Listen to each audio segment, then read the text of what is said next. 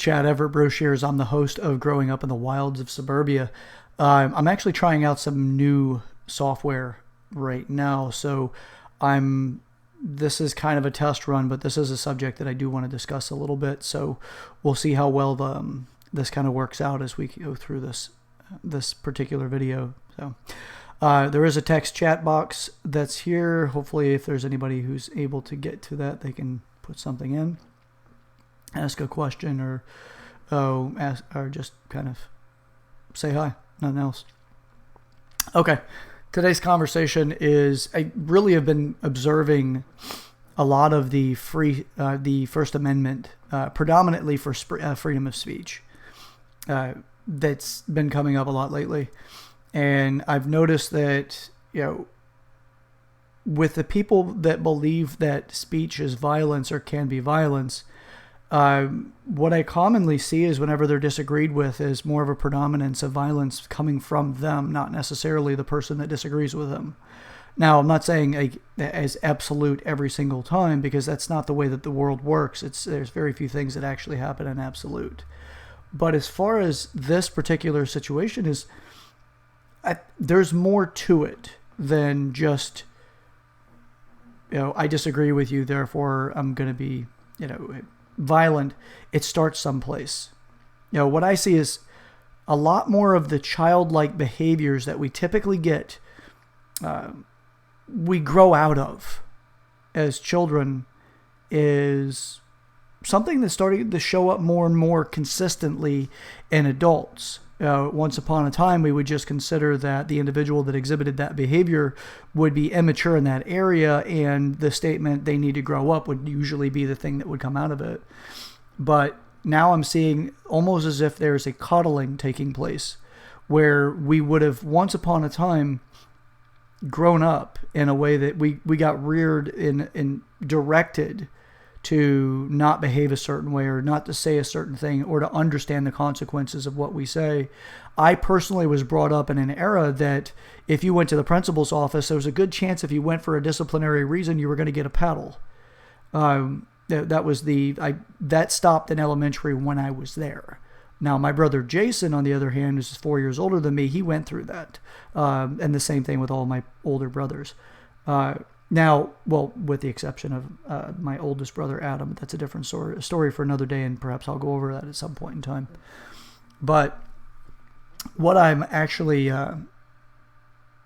looking at now is, instead of just getting caught up in the minutia of, I'm upset that person behaved the way they did, and let me develop an argument against what they're doing that would attack who they are and make me feel better because they're acting out and they're acting childish. So therefore, now I have a title associated with them being childish.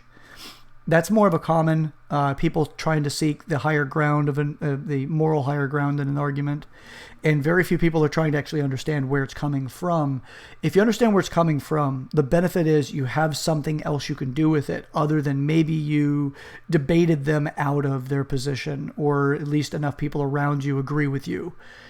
That's not always a winning formula, because resentment can set in, and before you know it, that person could have it as a vendetta to overcome you in an argument. And then they focus on enrolling people around them in their agitated state to go after you in multiple different ways, in which some of these videos and these experiences I've had in person have been the elevation of that in itself. The concept of respect, there's a lot of things that go into these social disturbances that, quite honestly, really need to be looked at.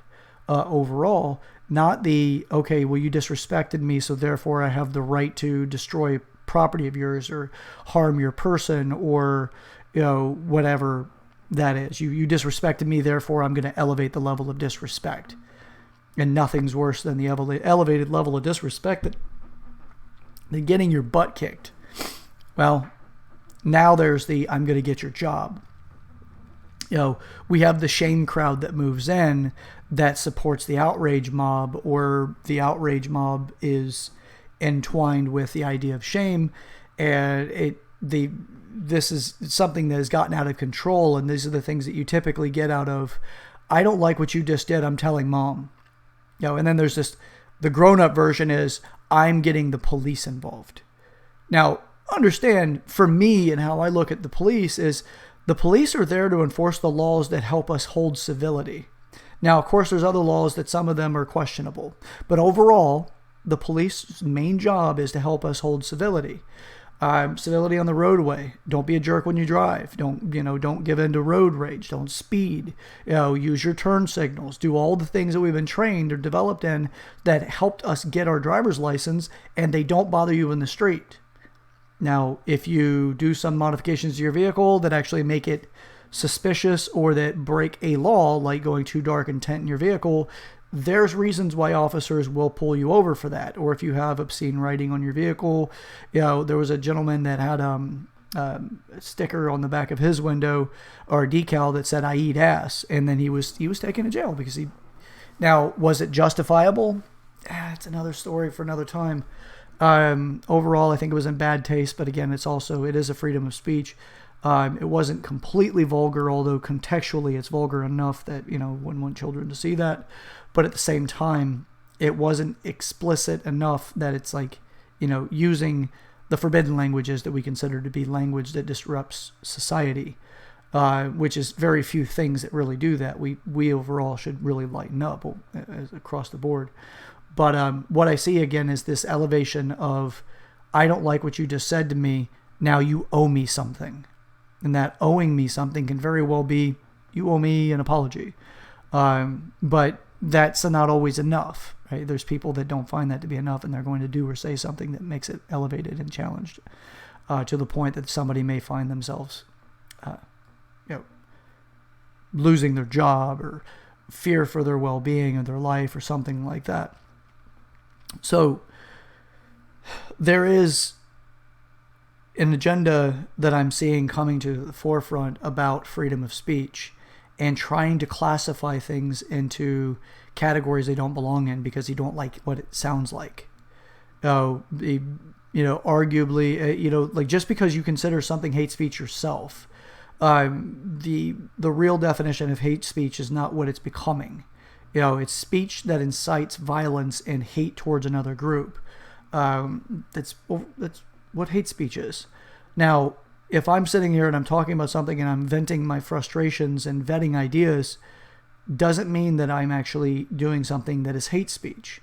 As an example, and this is a very touchy subject, but overall, like people that are Nazis, and there's this thing that's like people like punch a Nazi. Okay, somebody has an opposing ideology, and your belief is that you have the right to punch them, and you have a justification that follows that exonerates your potential of being, legally held liable for what you've done. So if somebody dresses and acts differently, and you go up and punch them to try to help them understand, to change their mind, because that's what a lot of these people think that they're doing, or to show them that there's nothing but hostility for that idea, is hate, is violence. Now, it's hate against hate. Now, there are reasons for the Nazi Party. There's reasons for neo-Nazis. There's reasons for all these people. I personally do not align with their views and ideologies, but I do look to what can be drawn out of it that helps benefit mankind, or humankind overall. So there are things to look at that are a little bit deeper than just that person's got a swastika on and a shaved head, or whatever it is, and then all of a sudden, okay, now I have the right to go punch them. Congratulations. Now you have created violence out of somebody's freedom of speech and freedom of expression. The best thing you can do, don't interact with that person. That person's out to make a statement or is out to make a scene or whatever it is that they're out to do. You're only helping further that cause.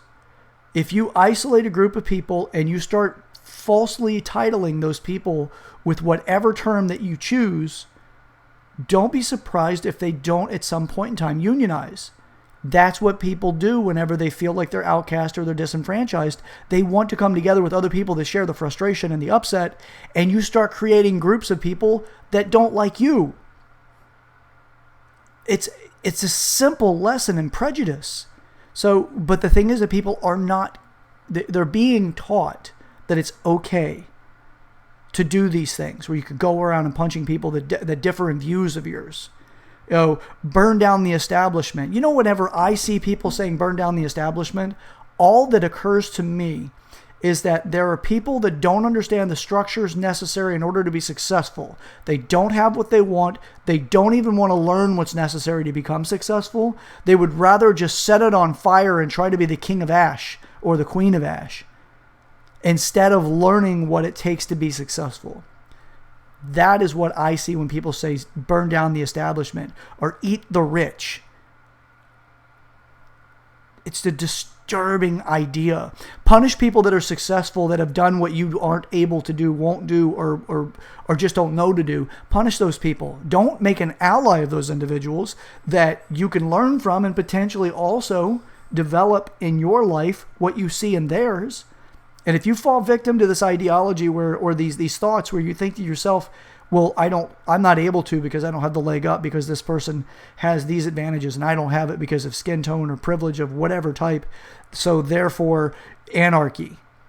You don't want what anarchy will bring, I promise you. And if you haven't thought enough about it, you really need to take into consideration the things that you cherish about your life right now that are supported by the systems that we have, food chain, security for, if you fall in hard times, like the welfare options, Medicare for people that fall into the categories for Medicare, all of these things. And if you think anarchy is going to produce that, you're wrong. You are blatantly and crazy in your mind to think that anarchy is going to give you what you want. You set fire to it, you have to deal with the remains of what is left after it's over. But not just what's left after it's over. You have other people that are pretty upset at the fact that you destroyed what they worked their life to create. Now you're going to have to deal with warfare that you were unprepared for. So with that, it comes from ideas. And the problem is that no one is thinking about where these ideas come from. They're not thinking about where they're established in our life. They're not thinking about where it was established in the generation preceding us, or the generation that will follow us, who will succeed us, right? No one's thinking. We're not thinking deep enough. What we're doing is we're getting stuck on a freaking clickbait article title and then spending our time getting emotionally drawn into these heuristic, nonsensical baits of their emotional traps. And that's what they're preying on. And these people that are really making money off of you and your actions are the ones that figured out how to write the article to get you to pay attention, to get you to click on it so they get advertising money. It doesn't really matter what's in it, just more about you just clicking on it, following the link, get some money for them and get them deposited into their account. So, earlier idea was talking about points of origin in these ideas. I grew up in a family that I felt the belt. If I did something wrong, I got the belt. If I messed up at school, the principal had a paddle, elementary-wise anyway. Again, they wanted us to pay attention and do well because they saw our future to do well, and they knew a disciplinary style that came out of, the disciplinary style that came out for them was one that their grandparents, or their parents taught them, your grandparents, and then that their parents had taught them, which is don't do this because pain can indicate right or wrong. The right thing to do would be the opposite of what you did. Pain is the indicator of you done the wrong thing. Now, I'm not saying and advocating abuse. Now, that is a fine line that people love to, as soon as they don't understand your position, they'll conflate an idea that has so much emotion around it into your idea or your statement or your position and convolute it in a way that diminishes your value, which they call that straw manning. Now, straw manning is typically illustrated what you say or do in a debate, and somebody else is arguing with you, and they build this idea about your beliefs up that aren't your ideas, but they're close enough in resemblance to what other people from the outside that don't understand what's going on would just immediately say, well, that makes sense. They must think that. They think ludicrous ideas. Straw manning also, whenever used in debates from professionals, they use so many variables when they're straw manning somebody that when you go to retort it or you go to respond to it, you can't cover all of the things they said. So because you don't address what they said in totality, but only in the points that you can recall or you feel are most beneficial to get to for time reasons or your attention and your emotions, whatever it is. Now you have not addressed the accusation. Therefore, people that are watching or listening believe that's what you believe. So there's a huge degree of dishonesty. Whenever I see somebody doing that in a debate or in an argument of any type, I immediately go, that person has something to hide. And they are trying to play favoritism with a psychological trick to get your favor. And immediately I lose trust for that person. And I feel that that person has now become the person that is more likely to be the enemy than the one they're trying to portray into the other person, the one that they're straw manning.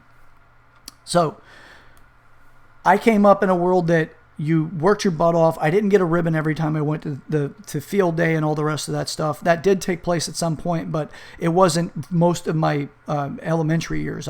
You were good or you weren't. And then if you weren't, you learned to get better.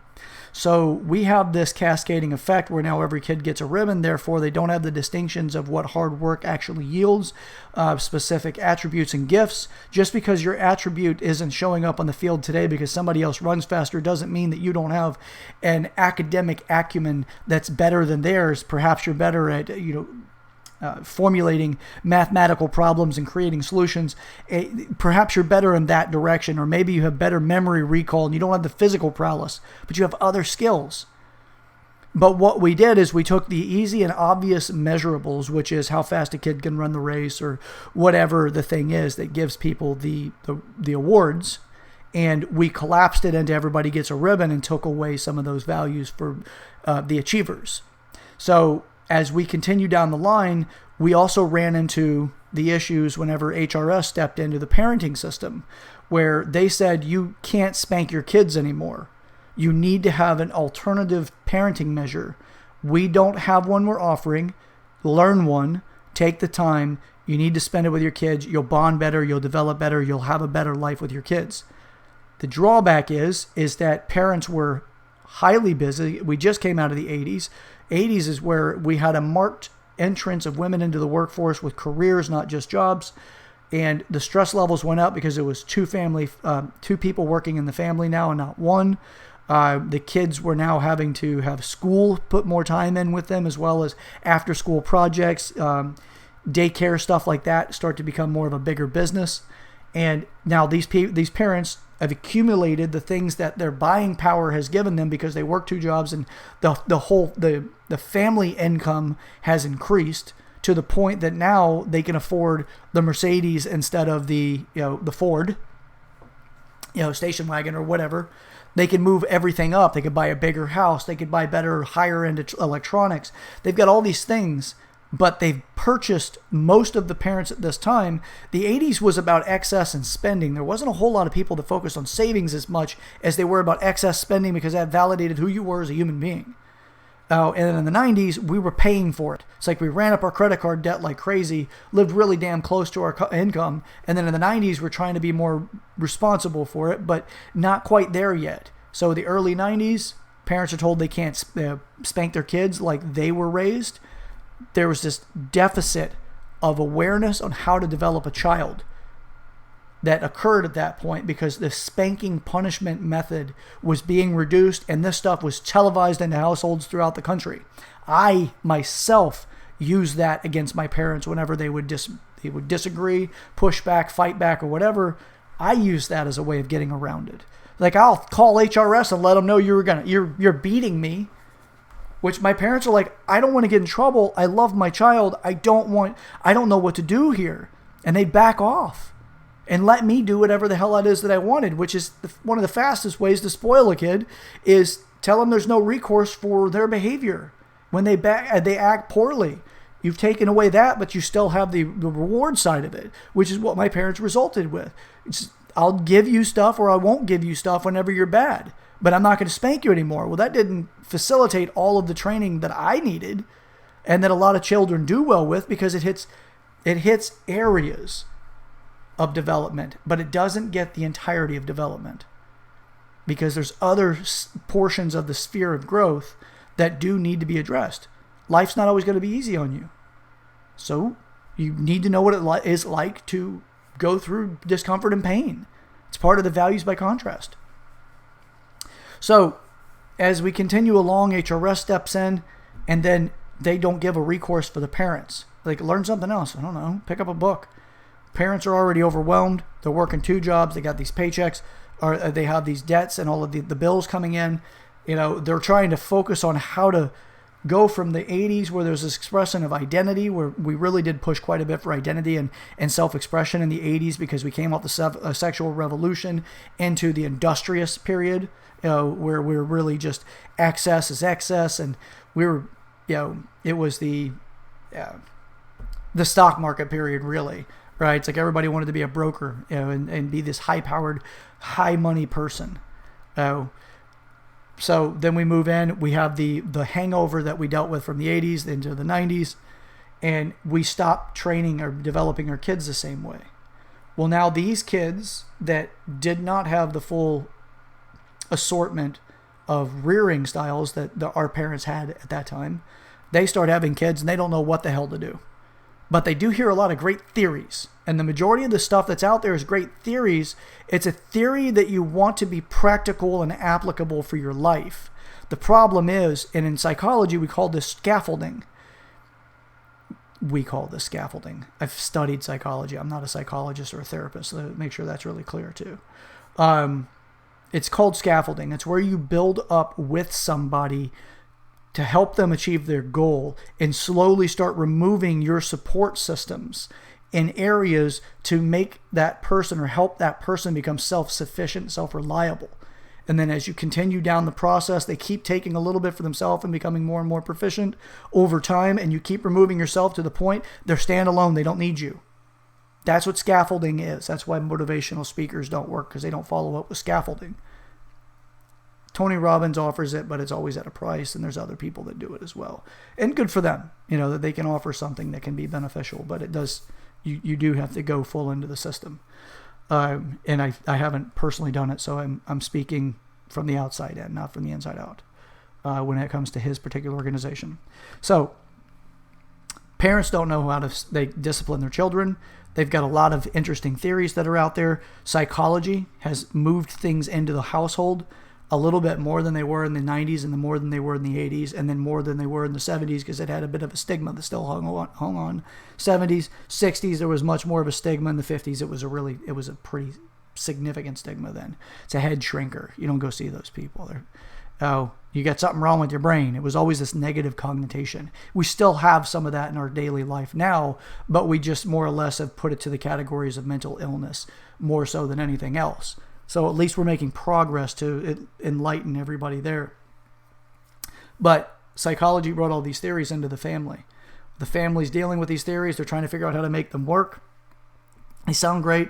There's still the majority of the households have both parents work in the household, but we also start moving parents into single parents instead of the dual parenting.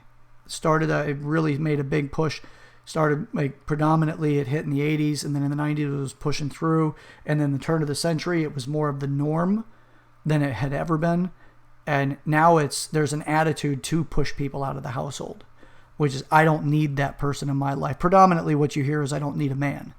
And this movement for women's liberation, and women can do anything and everything men can do, and it's moving towards creating this obsolete idea of a guy or a man in the household.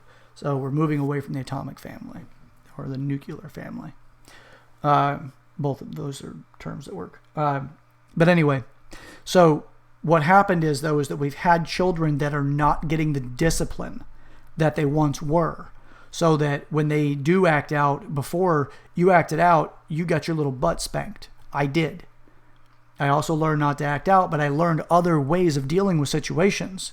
So whenever I would get really frustrated with something, instead of clenching my fist and ready to punch a wall or punch a person, I had mechanisms to help me through that conversation, to get to a better understanding, so that I understood where the other person was, which a lot of times that dissipated the significant value of my stress. Then there was also having help to articulate my point so that the other person could also understand where I'm at, and therefore further diffusing the situation. No need to go to violence, even for people that staunchly stand against what I believe, and what I also staunchly stand against what they believe. But we still didn't have to go to violence. So freedom of speech has such a wonderful value if you're mature enough. If you're not mature enough, you don't want to hear it, therefore suppress what you don't want to hear. Universities have established these places called safe zones, which is, you're safe here. You can share your ideas. You can do whatever, blah, blah, blah. And I don't mean to say blah, blah. Let me take that back, because blah, blah, blah does indicate that I'm putting a negative connotation to the idea. Safe spaces have their reasons for origin. I don't agree with their reasons for origin. I do agree that people should feel emboldened to share their views in a way that they can communicate that even with people that don't agree with them. But to say you can't say that here, you need to leave, is force. I don't agree with you say, now force will be applied.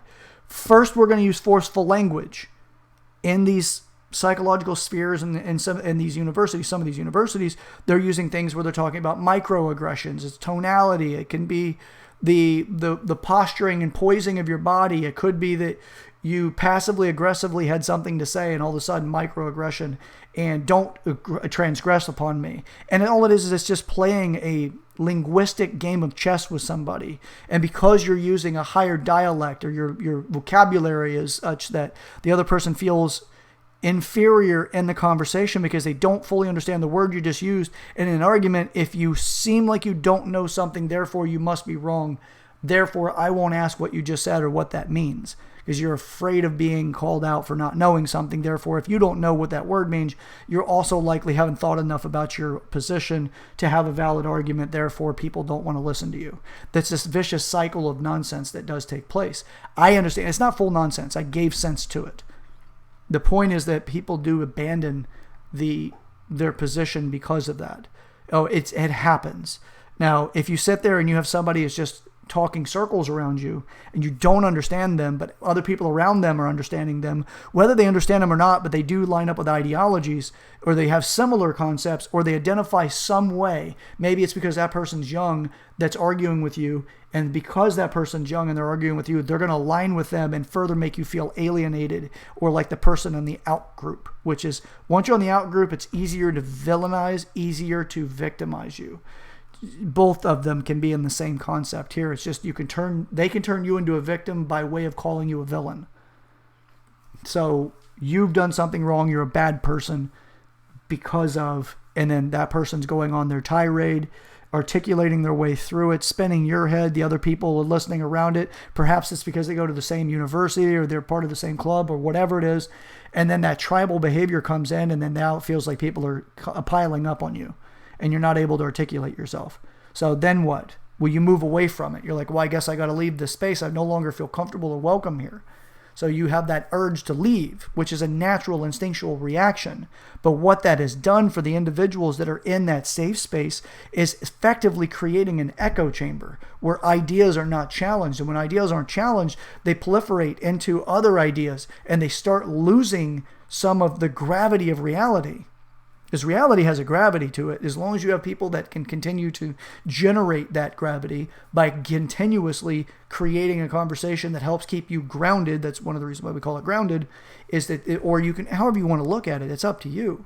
But as far as keeping you grounded, but if you're in an echo chamber, it's kind of like being in a hot air balloon. There's only so many people that can fit, and it's on its own. It's out there floating around. So that's what they've effectively created.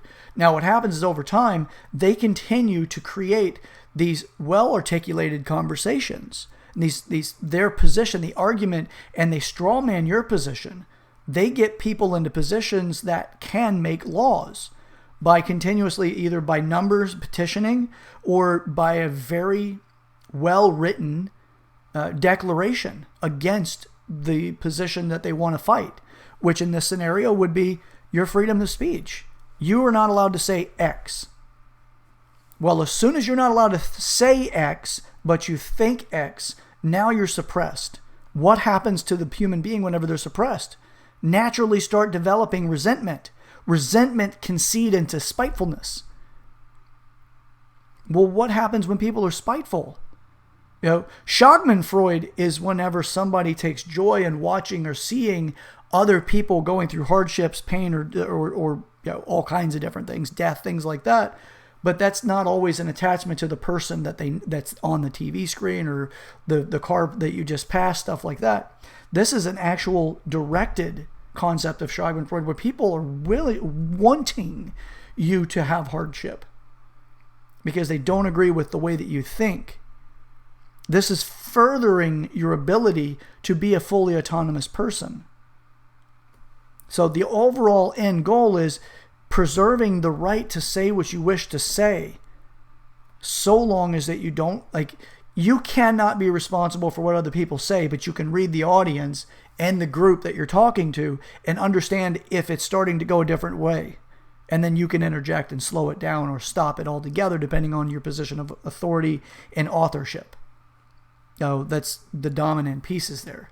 So I would rather be in a room with somebody who thinks I am an absolute asshole than to be in a room with somebody who won't tell me, but they think it.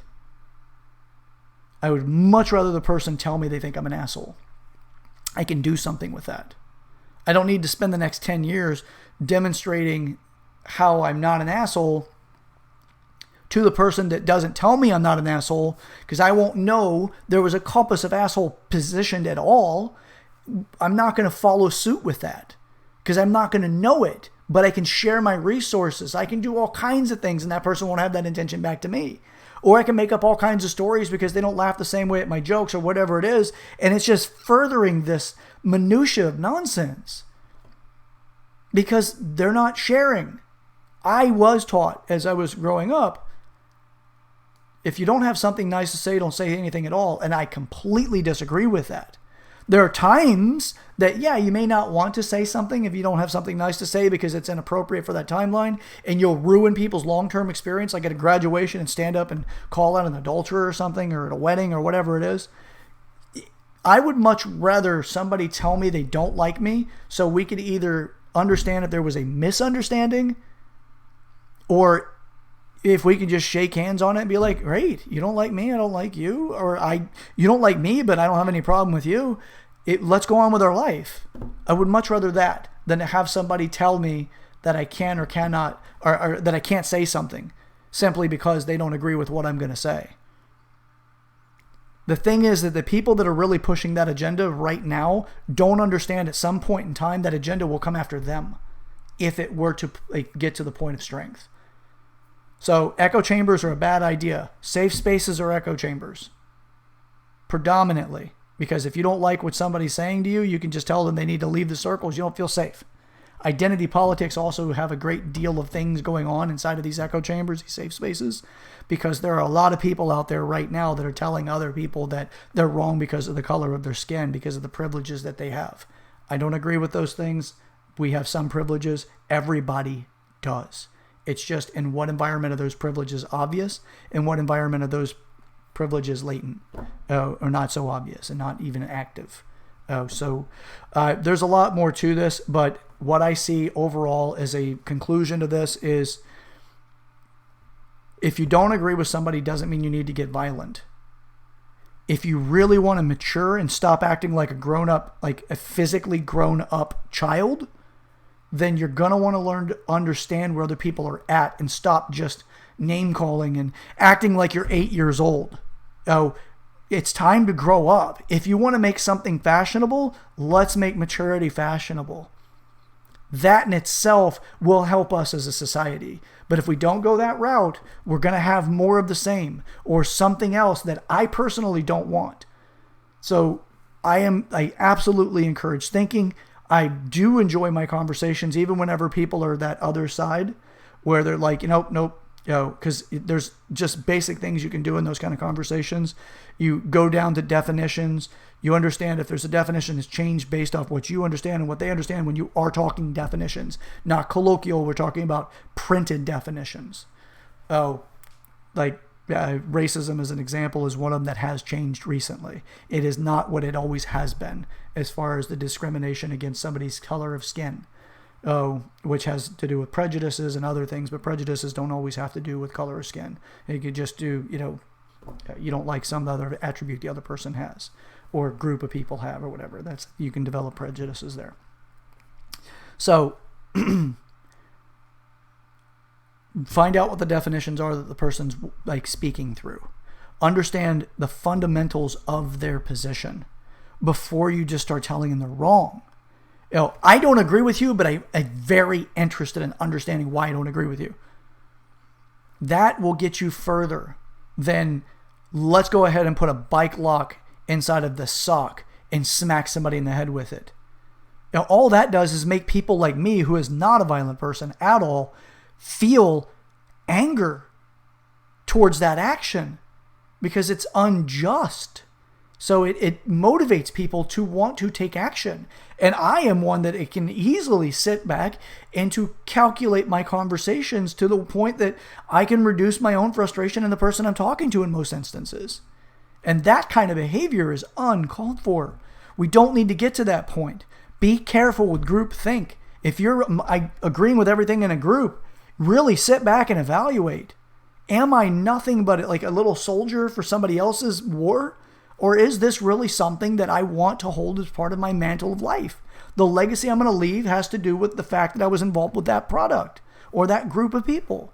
So anyway, there is more to this, but I'm going to call it quits for right now on this one. But please, by all means, feel free, comment, share this video. I'm not saying that everything that I see in all of these perspectives are right. I'm completely open to being wrong, and I'm happy to be wrong. If you can just show me how I am, that's it. So please feel free to comment. Guys, thank you so much for your time. Guys, gals, whatever. I use that ambiguously. It's not really gender preferable, at least in this. So thank you so much again for your time. Please feel free to share this, comment, and I'm going to keep tinkering with this system that I just set up. So we'll see how this works out. So comment if it did sound like it was pretty good as well, or if there's anything at all there. I don't even know if you can see a video of me. I just see the background where it says starting. The stream will be starting shortly. I don't know if that's what you guys see. I don't know if I'm still learning this system. I just downloaded it. So, all right. Hope you guys are having a great day. And until next time, think. For God's sake, think.